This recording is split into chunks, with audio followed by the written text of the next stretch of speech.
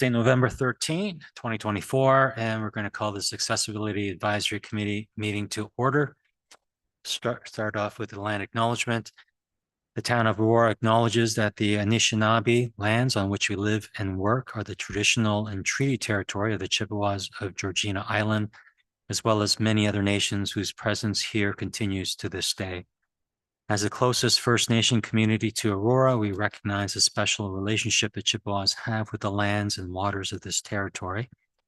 They are the water protectors and environmental stewards of these lands, and as a municipality, we join them in these responsibilities.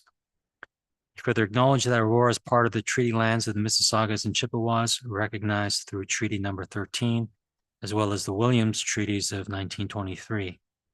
A shared understanding of how the rich cultural heritage that has existed for centuries and how our collective past brought us to where we are today will help us walk together into a better future.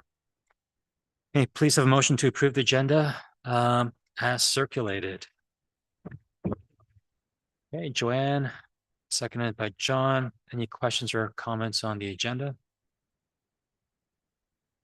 Okay, none. So I'll call the vote. All in favor? Opposed? That carries. Any declarations of pecuniary interest? None. Okay, so may I please have a motion to receive the meeting minutes of September 11, 2024?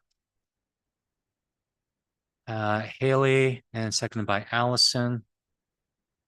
Any questions or comments on the minutes? Okay, so I'll call the vote. All in favor? Opposed? That passes. So we don't have any delegations this evening.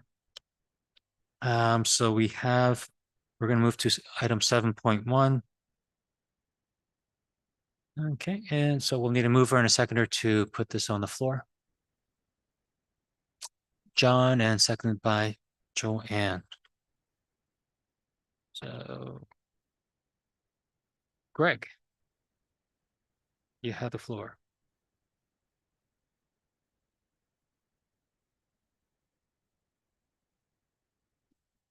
I got to push the button. All right. Okay, so we here have our item, memo for condominium application CDM 2024-02. This is our first submission here. Now, typically with condominium applications, this is just an application of multi-level units that are coming on. But since, as you can see on the screen, they did submit a quite thorough site plan, I figured I would take the opportunity here to comment. For the most part, done quite well. It is very high level. So of course, we don't see any of the fixtures inside yet at this point. So again, as per the comments, these were submitted already last week with the understanding that should there be any additions from this committee tonight, that they too will be updated and submitted. So a few things that we noticed. So again, I will read through, I know it's been a while since we've done a site plan, but I'll read through the comments that are submitted, and then I will go into detail to show you where on the site plan these items are. So again, a general recommendation that any service counters, customer service counters, consider the accessibility spot and induction loop. They currently have 4 barrier-free spots, 2 on one end, 2 on the other. And I am recommending that we add 2 additional spots right in the middle around units 11 and 12. I just want to, as it's not clear on the images, but we want to ensure that any curb ramps where they meet the exterior path of travel or the sidewalks around the outside, that they do have a curb ramp. It's just not visible there. Ensuring that we have door openers at every public door. Should there be a washroom for public use on the main level, ensure that it is a universal washroom and serves it with a barrier-free path of travel. ensuring visibility on the doors and the glass, as there does appear to be a lot of glass out the front of the building, that there is a color contrast with an opaque strip on the glass. And it does appear also that the doors are flush with the path of travel, but if not, ensure that every entrance is accessible. So again, a lot of these comments are just in case, just because they're not that clear on this application. So again, I'm going to go in, show it a little bit further. Let me zoom in so we can see a little closer what this looks like. Okay, so to start, we do have 24 units, and it's all a one-story building. So we don't have to worry about multiple levels here. Every little triangle here along this path of travel is a doorway. There is not, on the side here, there's a 2-meter path of travel width. However, it should be 1.5. However, in the front, there is no, or it does say 2 meters here as well. These curb ramps would interfere with that 1.5 meter plus the curb ramp. So there would be a cross slope. So I am commenting and flagging that as one of the comments. Again, you can see the 2 barrier-free spots with an access aisle on units 4 and 5, and way down here at 21 and 22. So again, I'm recommending they have 2 additional ones here by 11 and 12. So we are eliminating the travel from these end spaces to the middle of the unit.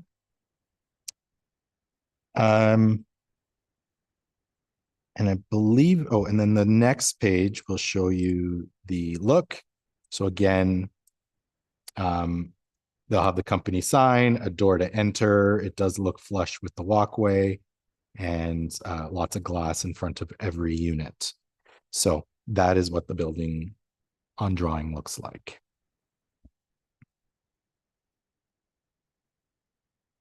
So I guess I'll open up the floor to any additional comments or questions.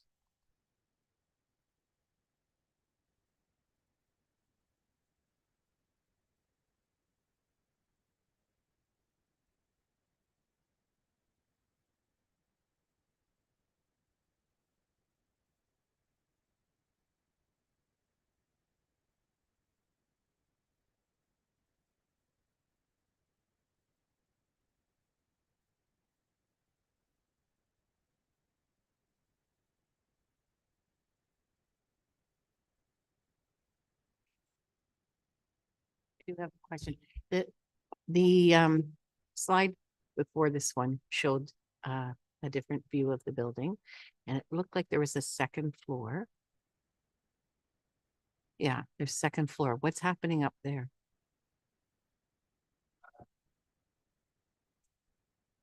Oh, it's not a second. Sorry. Yeah, I believe it's just glass. So it's just like a 2-story unit, but it's only 1 level. So the plan doesn't show a second story as a floor.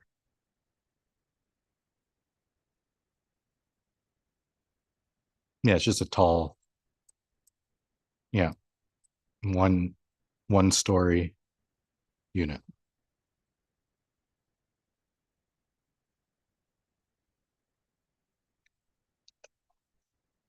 Any other comments or questions?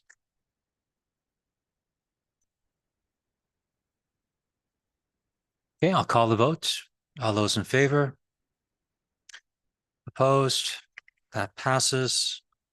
Move on to item 7.2. Can I have a mover and a seconder for that, please? Allison, seconded by Joanne. Peter?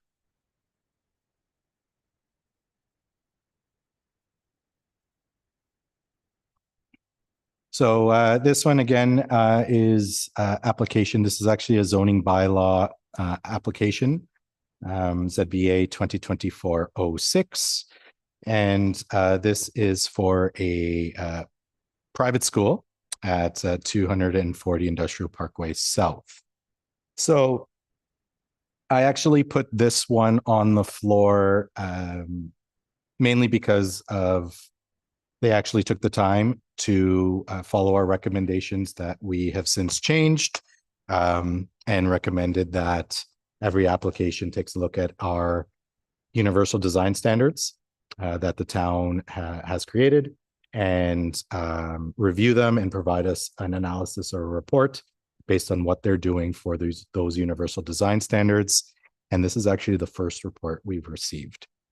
So there were a few things that I did flag. This one did take a while, but I did want to really showcase this one as one, basically the first full analysis. So there is 25-page analysis here of taking apart our design standards and how every applicable item in our universal design standards is being addressed in this plan before they actually create the site plan. So I'm just going to go through it at a high level just to kind of show what they were doing. But there is 2 attachments, which we're going to jump to right at the end. But they take apart the requirements here from our universal design standards. They'll list exactly what that is. And then following that, they'll discuss in the plan what exactly they're doing. So in this case, ensuring that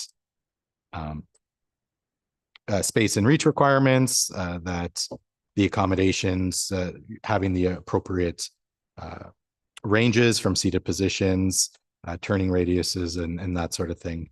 And then here they are actually commenting that the hallways, the classrooms, the washrooms will be meeting these space and reach requirements for accommodations all around. So they go through that for basically every requirement that pertains to a school environment, which is great.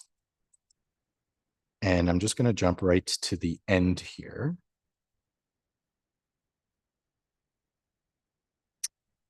So this attachment, let me zoom out on page 24.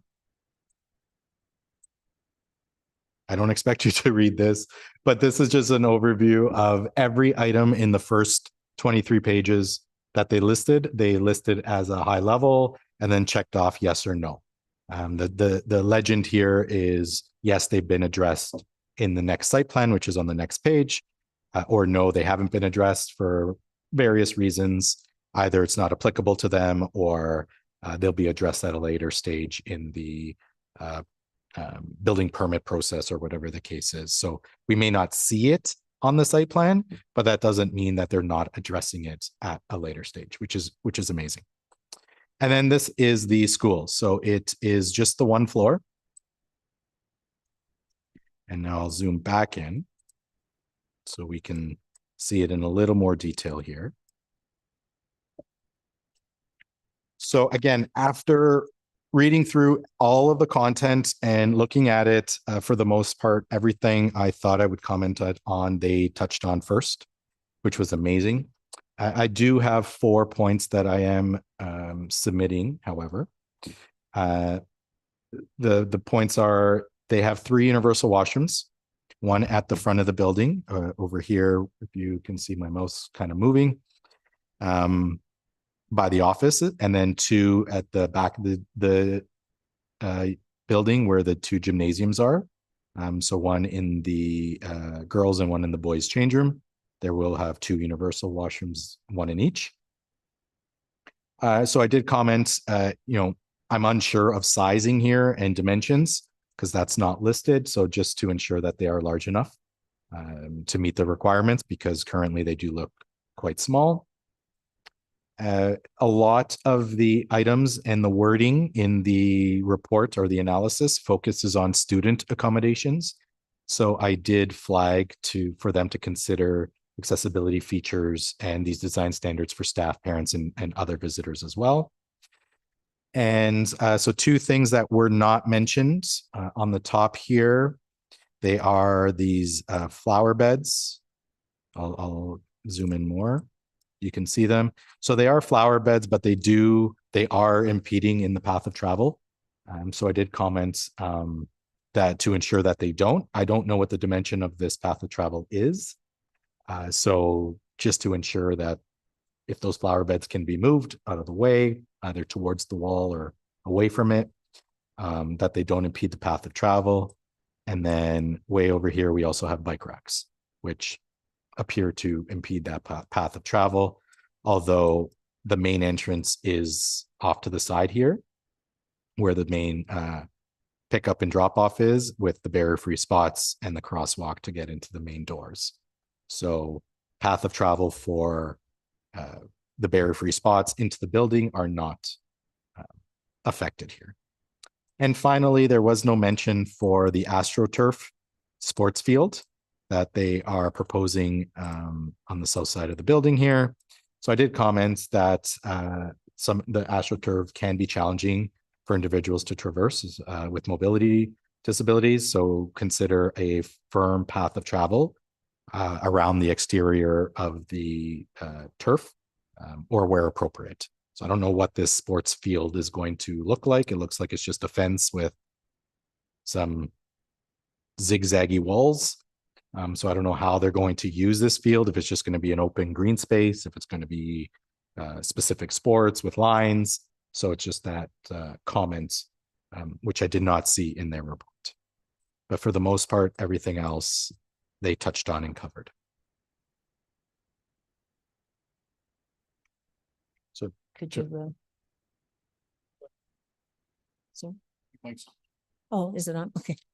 Could I look at the one before it with you, where you thought things were going to be compromised? Yes, and that. Oh no, actually it's the one with the truck. Yeah. This is sort of reminds me of back a long time ago when we had that building out in east of here. And the people were parking and coming across to get into the building and everything if they were coming from a handicapped spot. And then when we asked the fella what happened in that pathway that went down here, he said, oh, that's where the transport trucks come in. And so here, I guess that's maybe a bus, but the thing was, it was a very busy place, and we asked him to change it, and he did bring it out, and he brought it out so that we could put the people at the building site and the traffic out further. But that's just what struck me as soon as I saw it, was that there was, I mean, as I say, it's probably a bus, but there's still other cars there and everything. So it's traffic going between the building and the people who are challenged.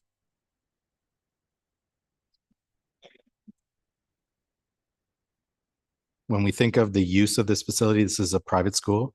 And I believe if I saw it was 240 students, if I'm not mistaken. So a small number of students. I don't recall if it says it here. No, 240 was the address. I'm pretty sure maybe it was on another document, but it's a small number of students that would be at the school to begin with. So travel would not be as busy as, a larger school. Sorry? No, this is just a private school. Parents are going and coming all day, picking them up and taking them home and delivering them there. Yeah, I don't know. I just remember back to that other one, and I don't know. I think it's something to consider.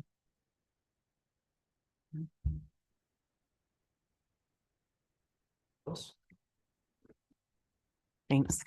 It looks as though the kids would be dropped off right on the sidewalk, so they wouldn't be crossing over. That's usually what happens with schools. And yeah, Between cars, buses, and whoever's there. Where before we had we got the guy at the other place at the factory to change it over so that the path was out where the handicap spot is, like where the traffic comes in, then they can get out and walk across the pathway. I don't know. It just seems to me to be back again to something else like that. I know what you mean, that they're getting dropped off at the door, But it was something that bothered us the last time when we dealt with it.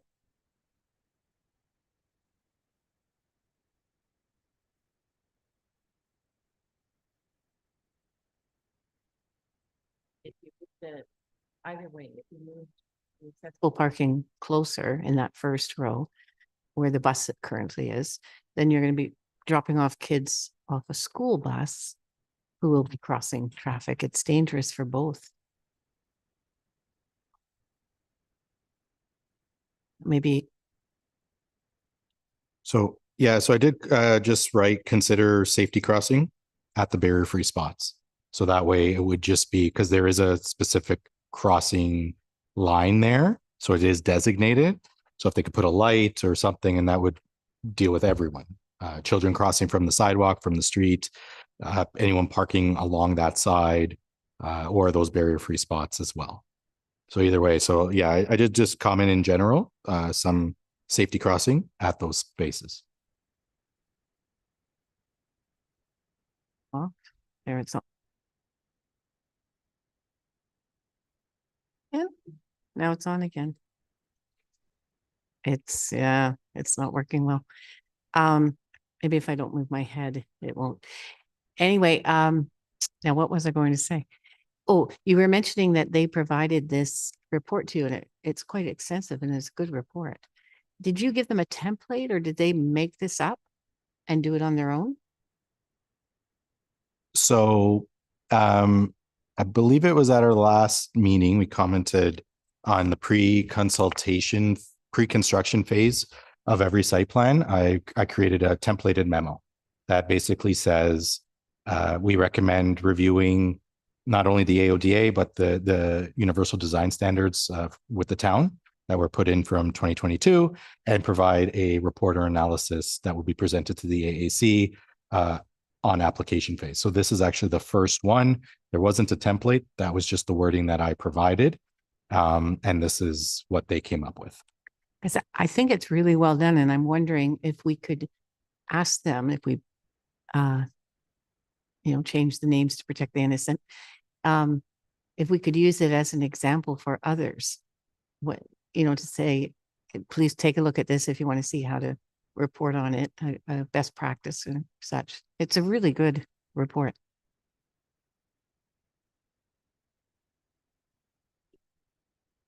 Hey, Greg.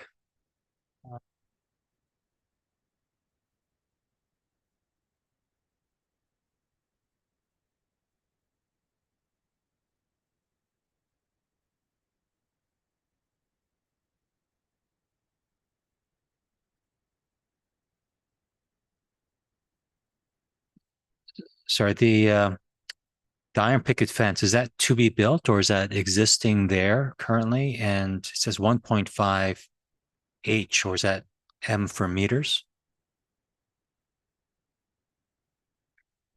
I'm not sure if that's existing or to be built. For safety purposes, and it's a school, I'm just wondering, I suspect there probably is some kind of fence or something to prevent kids from going onto the train track area, but just wanted to make sure that there is some safety fencing along the west side there. That's a fair comment. And we can always add a recommendation for a higher fence. Again, 1.5, I would think that's very small for meters. So I don't know what 1.5 H would entail, but yeah, I could definitely, I'll add higher fencing along the track side.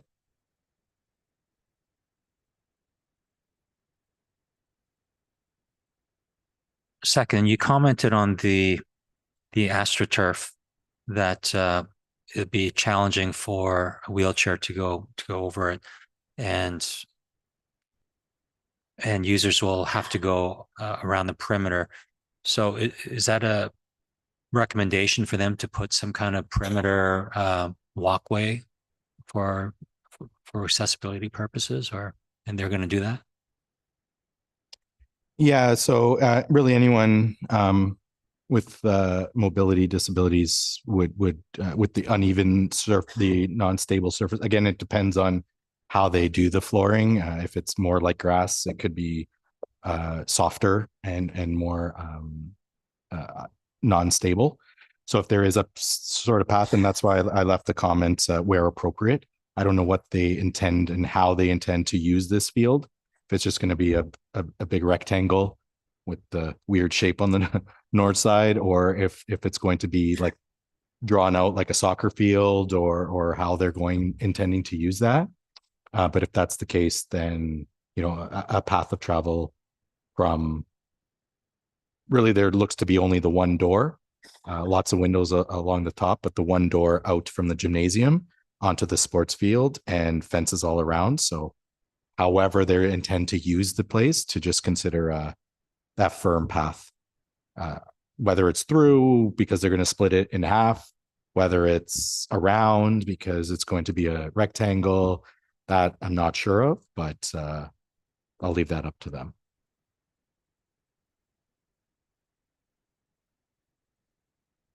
So this is an existing building, is it not? Industrial building. It's going to be refurbished as a school. So that little zigzag is probably receiving doors for industrial units in the back. Then where your flower beds are, you got those little the black diamond pieces on the drawing. Those are probably existing posts and a canopy.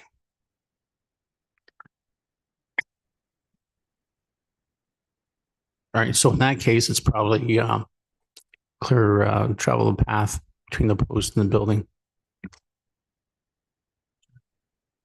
Sure, thank you.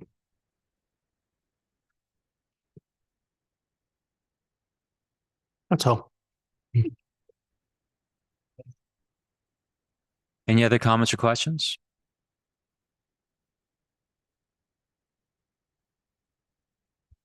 Just to that point, it appears to be there's those lines in the front of that building. And then if we can, there's the loading doors. So this parking lot out the back is probably the turf field. So good catch. And then if we can go to the back, and we can, oh, someone's working out. There appears to be the fence for the railway tracks.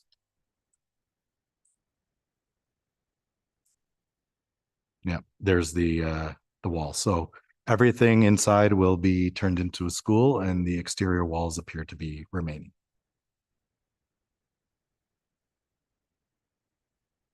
With a field off to the side here.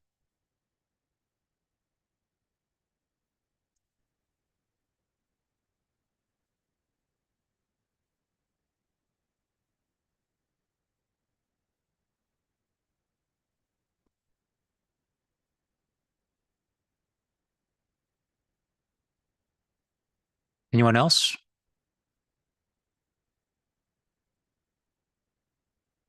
Okay, so we'll call the vote. All those in favor? Opposed? That passes. Moving on to item 7.3. Can I have a mover and seconder, please? Haley? And seconded by Lois. Greg? Alrighty, so these comments have not been submitted yet. They will be planned to be submitted tomorrow, as the deadline is Friday. So in this case, it was actually relatively minor. So this is a site plan exemption, EX 2024-15 for 14987 and 14993 Yonge Street. So what they're doing here is taking the existing, and I'm just going to zoom in a little closer. Oops. Come on. Oh, come on.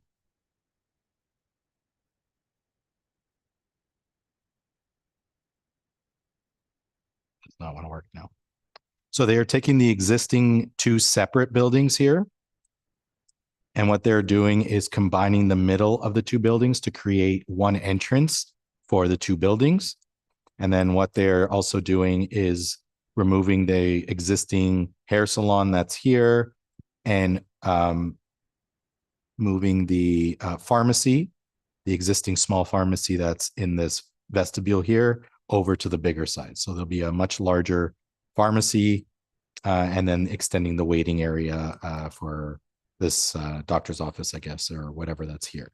So we are in effect only really looking at this entrance here that is connecting the two buildings. So small in nature of an application here. And then on this plan, you can see the overall plan. So none of this is really being affected or touched on. It's really, we're only focusing on the addition of the vestibule here. So I did 3 small comments here, ensuring that there's automatic door openers at this new location, including proper time delays, that the customer service counter in the proposed pharmacy would have an allocated accessibility spot and induction loop, and a recommendation to convert or add an additional barrier-free spot, as currently they do require 2 as per the AODA, and they only have the 1. Just mindful that this isn't a large renovation, so therefore would it not fall under AODA compliance, but since they're doing the work, I'm just asking to put additional paint on the ground for 1 more spot. What appears to be back here, I tried already to look at the Google Maps, but there is a ramp here that leads up to the back of this one building. So there is an accessible entrance out the back. I'm just not sure how well it is, but there is one there.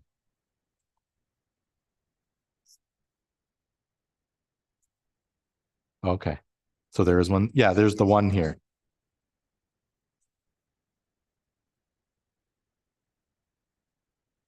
Yeah. Yeah, right here. So I am recommending a second one.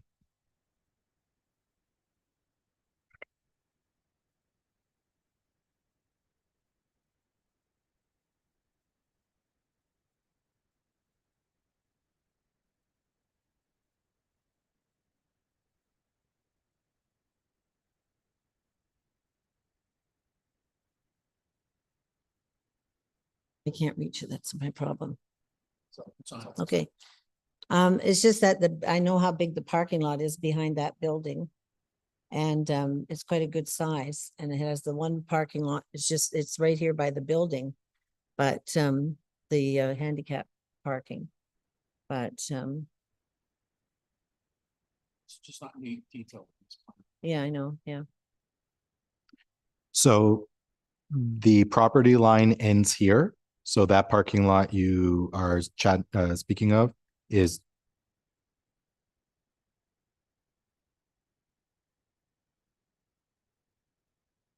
that's the other building, the other property. The joining here in the middle. The dressers, they built that big building and now they're selling it. So that's why I know about it. Yeah, but it's the further north one, yeah. But anyway, I just knew there was a spot there, that's all.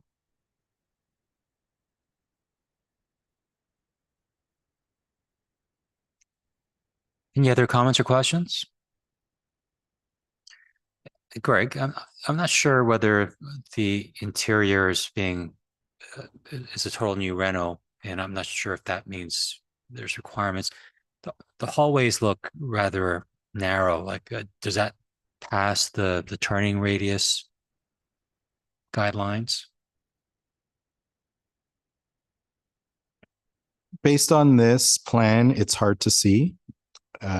Really, what they're doing is comparing the before and after.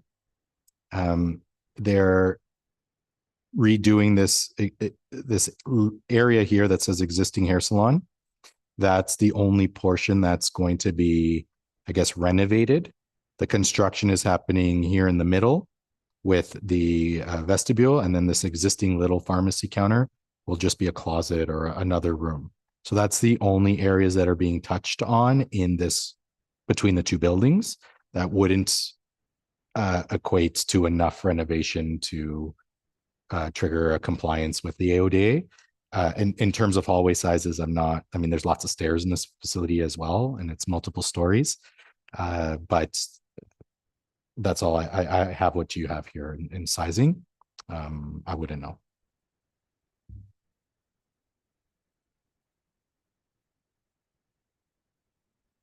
Anyone else? Comments and questions? Okay. Call the vote. All those in favor? Okay, opposed? Okay, that passes. Moving on to the last item, roundtable. We have a mover and seconder on that, please. Okay, Allison, and seconded by Haley. Greg. Alrighty. So I have a few items to update on. One of them, just wanted to provide an update. I believe a few meetings ago, I commented that the town hall here and the Aurora Senior Center parking lot will be updated. So that project has commenced, and we did start looking at the upstairs lot, the wrap around the building here at Town Hall, the front of the lot, along with the Senior Center parking lot, to update the lots to meet AODA compliance. So there's quite a few good things that are happening. There was only a couple of things that I added for recommendations, but for the most part, we're going to get fresh paint, new markings on the ground that travel from the barrier-free spots to the entrances, both upstairs at Town Hall and at the other two buildings. The Senior Center currently does not have AODA appropriate spaces. They are all just standard spaces with signage. So we will be going back to type A and type B spots with curb ramps and access aisles at the front of that building. At the front of Town Hall, where you, Joanne, where you park, we have the 2 spaces by the flagpoles. Those will be converted to 5 additional barrier-free spaces. And so there will be a change in direction, to be clear. What we've noticed lately is 4 cars are parking in those 2 spots, and they all park in side by side. So to be clear, we'll repaint the lines and just be a little more clear. As part of this update, we are also redoing the walkways and the paving to make it much more flush. As we witnessed today, there is some uneven pavement out there, but it will be flush. We are also raising the flagpoles. So I did ask additionally to add some contrast to that flagpole. So they're raising them for plowing purposes. And just because the current flagpoles are taking a lot of damage. And then what we're also doing is redesigning the what is that on the north side, the 2 barrier-free spots by the EV charging stations. They're redesigning those. So I have recommended that we remove the concrete slabs that are in the middle of the spaces, and to put the charging ports on a level surface with the barrier-free spots, so there is no curb there, and that way we can make those EV stations more accessible as well. So if we're having this opportunity, we're already pushing them back to do that work. I just have asked that we lower them on the ground levels so that they can be more accessible. Should persons with disabilities have EV vehicles, they can also use those spaces. So those are the additional comments to, of course, moving us up to the AODA standard, which currently this lot does not comply to. Timeline wise, I'm not sure. I believe we were going out to tender for consulting and that work. We very well might see this lot be done by next year. Or at least mid to definitely by end of 2025, the parking lot will be redone. So that's an update there. Treat accessibly. And so we did run a second year of accessible trick-or-treating this year. We had an additional 25 participants register and sign up, which is good for the social media posts that we did and the media release and the public service announcement at council at the beginning of the month. We got, every time an announcement went out, I saw an influx of people registering, which was nice.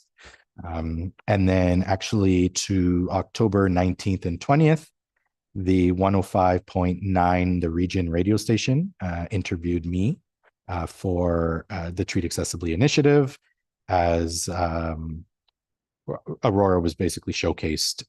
We talked about what this initiative is, what it means, and how, you know, others in the region can find out more information and participate, which was my first, pretty cool to do that. Along with that, I attended the second Ontario Network of Accessibility's professional conference at the end of October as well. And just some updates from there. This is where, again, all the accessibility professionals from across the province get together virtually and in person. And we discuss various items. But the key things that were brought up was an update from the province. So as you all know, the AODA is set to make Ontario accessible by 2025, which is in less than 2 months. And so a big question was asked of now what? And the good thing is the ministry doesn't want to do more code compliance. They don't want to do more regulations, and they really want to start focusing on how we can start to progress accessibility in our respective areas. So in our case, our municipality. And that is going to be the focus for 2025 onwards. So they're going to do a big education push to businesses across the province. And that ideally is the focus. You know, there are still arguments that there are businesses, you know, in and around Ontario that are still not meeting the compliance. And that's where the compliance section of the ministry comes in. And they currently have updated us that they have done more compliance checks this year and issued more fines this year for non-compliance than they have over the past 10 years combined. So they are actively working with organizations and agencies and businesses to meet compliance, to double check their compliance. You know, some businesses seem to think if I submit non-compliance, I'm going to get in trouble. The ministry says, no, we're going to here to work with you. If you submit compliance and you're not, you'll get in trouble. And so what they're actually targeting for 24 and 25 is they are focusing on much more of the smaller businesses and the larger, because they do realize the large public sectors, so municipalities and schools and that sort of thing, are actively working to compliance with AODA. So now they're going after libraries and hospitals, and they're trying to get organizations and agencies, so engineers, associations or architects associations, and they're trying to get education there to educate their client base, if you will, or their membership. So that is kind of their focus for the next 2 years, which is great, because a lot of our challenges, as we've talked about over the last couple of years, are really with those businesses in our community, not necessarily the businesses or the facilities that we own. And again, there is that focus of how to be more accessible rather than the minimum standard. From there, also, we this coming Friday would have completed our Access Now accessibility assessments for this year. So we have done well over 80 kilometers of trails. All our trails are now complete as of last week. And Town Square, the rest of Town Square and 22 Church is still to be done, which we're going to complete this Friday. And therefore, the project that we set forward at the beginning of this year, other than a couple of half trails that are still being constructed and one trail that's brand new that will be coming online next year, we will do those next year. But that's where we sit with that project. And finally, and this is an item for feedback and for recommendations, but we are looking at purchasing for Aurora Town Square in the Performance Hall, as well as other town events, the priority seating or reserved seating chair covers. So these chair covers they just kind of slide on the back of chairs, and they are blue with white writing. Sorry. And they are just designating priority seating. So for any open events where it's, first come, first serve kind of seating opportunities, we can designate similar to what the TTC does with the blue chairs over the red ones, and other events. We have it, council chambers here, the mats for reserved seating at the top. So these would just be another opportunity to provide that. So I do have some pictures which I'm going to show of what they're going to look like. Sorry, I got to go back and share my screen 1 second.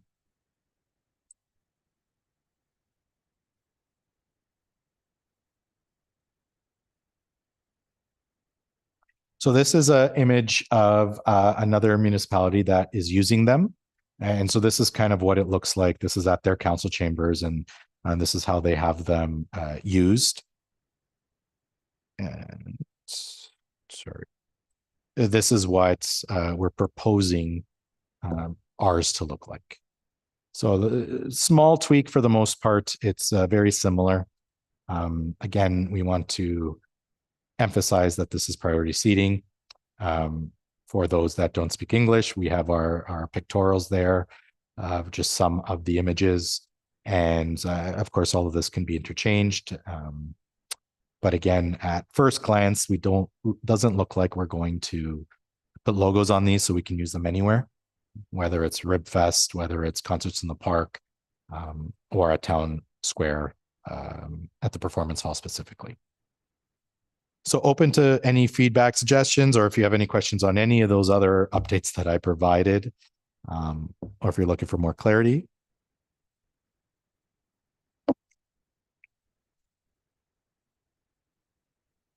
Is it on? I have concern about the senior center. I participate in the choir on a regular basis, and on Wednesday when we come, because they have lunch some days, not always on every Wednesday, we cannot get in that parking lot. We've parked on the roads, we've taken up the road. The people finally will come out, and our thing starts at 2. They'll finally come out just around 2, 10 after 2 or something like this. And that they're being sort of rushed out too from whatever they do. But it just seems to me that you'd think maybe I've talked to a couple of people that work there, but you think that there could be a better arrangement as to some event that they don't have to have their lectures in the hall every Wednesday when we have that crowd, and it's really difficult.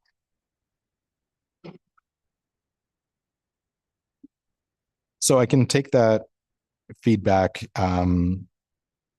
I know with the Aurora's Seniors Association, they do have a board, and they do look at a lot of what programs and services are being offered in that facility. But we do have a town staff that also does the same. So I can provide it to our town staff, and then the feedback, and then see what can be done, if anything, to maybe add more time in between, if that's even a possibility, depending on what's being offered in that facility.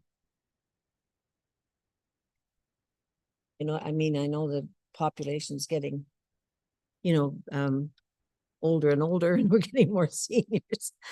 But anyway, it's just a concern because I know a couple of people that have driven away and not attended because of the facility they can't get in.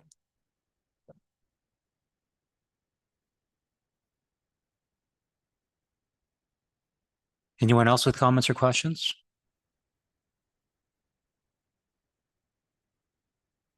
No? Okay, so I'll call the vote. All those in favor? Opposed? That passes. That brings us to new business. Anyone with any new business? Peter? I'm sorry, Greg. Sorry, I forgot one thing. I think two things, sorry. The communication standards for the AODA, customer service and communication standards, is out for public review. I believe I emailed the committee. Take a look at them. There was actually a large discussion this past conference on service animals specifically.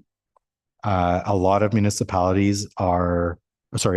provinces are actually moving to the word service dogs specifically.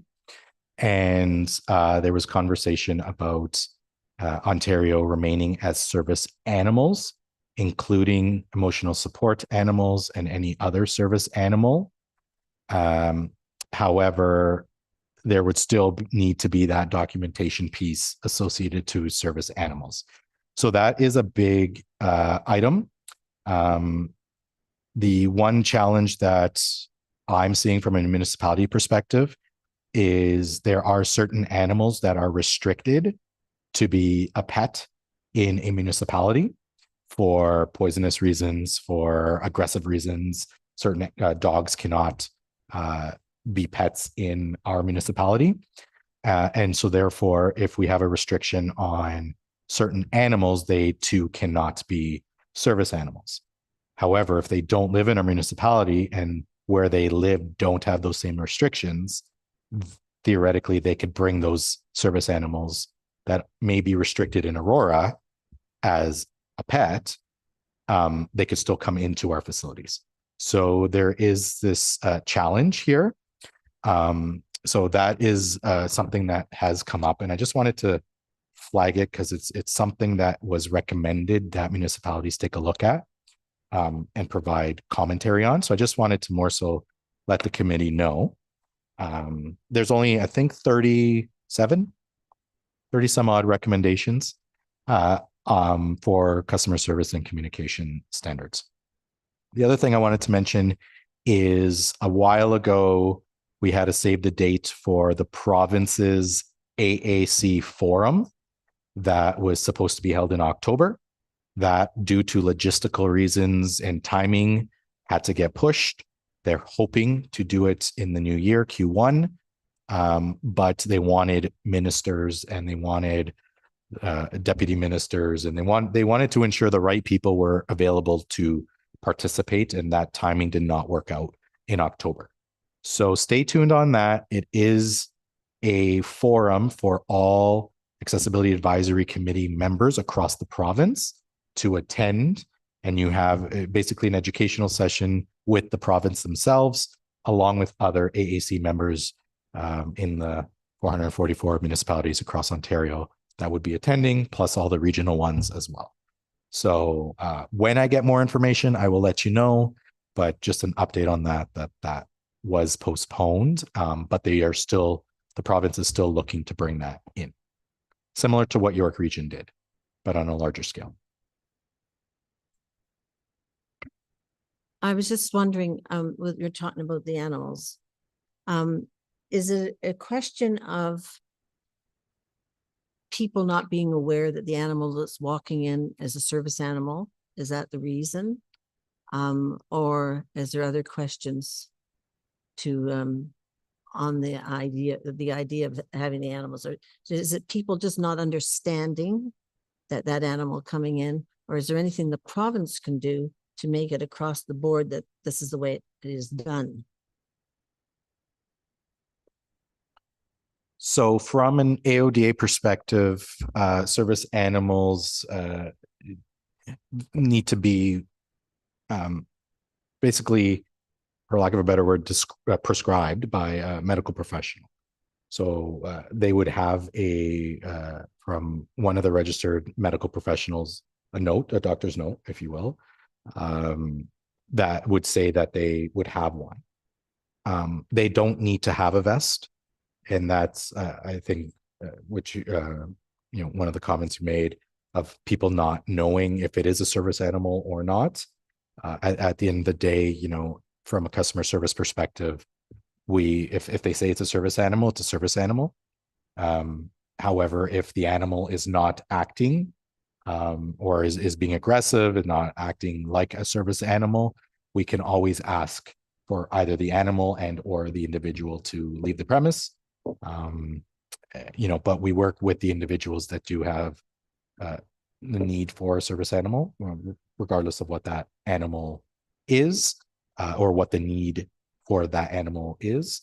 And we work with them from a staffing perspective. From a public perspective, I mean, everyone has their thoughts. This is, I think, an increase in education of what's required. So there is, I think right now it does, if I'm not mistaken, I don't think emotional support animal is specifically listed in the AODA. I don't believe. So this kind of recommendation is to include any type of animal that might be required. So that's kind of what the update is in this, or one of the recommendations. But yeah, from a staff perspective, they have an animal and we ask that question, and they say it's a service animal, then so be it. We just let them on their business. We have to have a license to drive a car. And we have to have our handicap cards in the car when we drive and pull into a space for ours. So is it not a wise idea maybe to give them a little card like your license that says that their animal's been cleared to be an animal that they need to work with and enable them to be helped? And why can't the government give them something like that or put them through a program? So again, according to the AODA, they would have documentation from a medical professional that would say that they require a service animal. As a municipality, all we would do is ask for that documentation and provide them a card if that's the case, but they would have that documentation from that medical professional anyways. And, for the most part, if any of our staff do ask for that documentation, it's most likely because the animal may not be, again, well behaved in our facility or potentially asking. Again, looking back at my experience, we did have an individual that came swimming and asked that her service animal be present on the pool deck while she swam lengths. And again, as aquatic professionals, we worked with the individual to figure out how we could best work with her. She started swimming at the leisure complex, and that pool shape is very funny. And the dog was actually getting lost trying to follow her up and down because of how the pool was shaped. So looking at that, and myself looking at that, I did recommend maybe the Stronach complex, because it was a square box, would be more beneficial to her and her animal. And she tried it out a few times and actually preferred that. And basically the dog just walked up and down the pool deck while the lady was swimming. And at one point, again, we were working with her. She had the leash on the dog. The leash kept getting stuck or falling into the water. So again, we just recommended, this dog was clearly trained and well behaved, that we took the leash off the dog so the dog wouldn't get tangled or trapped and take the attention away from the lifeguards. And we just worked with the individual to accommodate. The dog didn't have a vest, right? And again, it's a pool deck, so that brings additional challenges with animals onto a pool deck. And so this is just one example of, I I don't recall, I don't think we ever asked for documentation at this point. We worked with the individual. The dog was clearly working, was pacing and was following the individual. And when she stopped, the dog stopped. It wasn't like the dog was wandering or anything like that. And so again, the dog was doing its job. And so I think where asking for documentation comes in is typically when they're not. And I was speaking with an individual who did have a service animal, and it was a seeing dog, and the dog kept wanting to play with other dogs. And because of that, the dog had to go back because the dog was no longer doing what the dog was trained to do. And so that trained service animal had to go back and either whether it be retrained or whatever happened at that point. But you know, she's waiting for her new service dog upcoming to help guide her. So there are, you know, cases and stories. Yeah.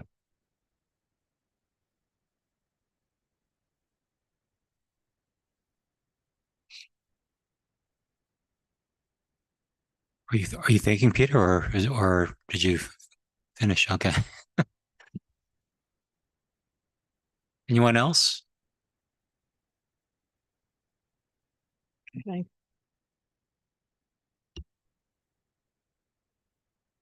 There.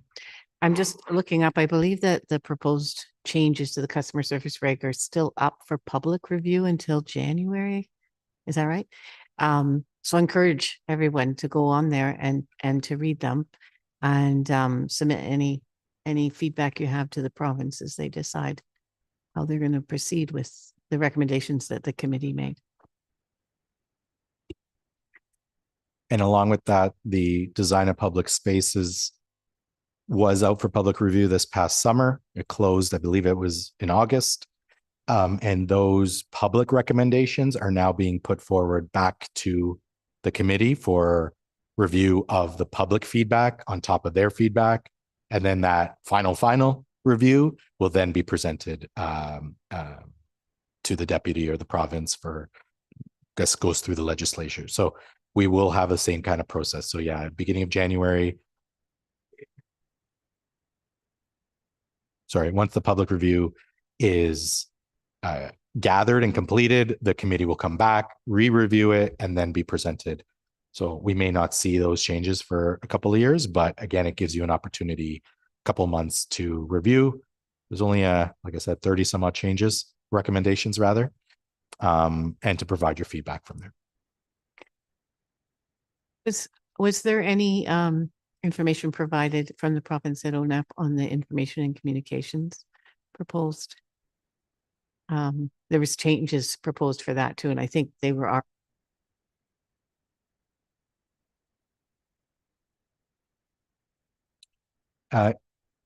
Sorry, the question was if the information communication, excuse me, previous proposed changes have been dealt with, for lack of a better word. And no, they did not mention anything on that. But I believe the transportation standards that were way back have not been dealt with. So I feel like it might be a full overhaul of all of them all together once they're all been reviewed. In all fairness, the transportation standards probably can be re-reviewed at this point. It's been so long.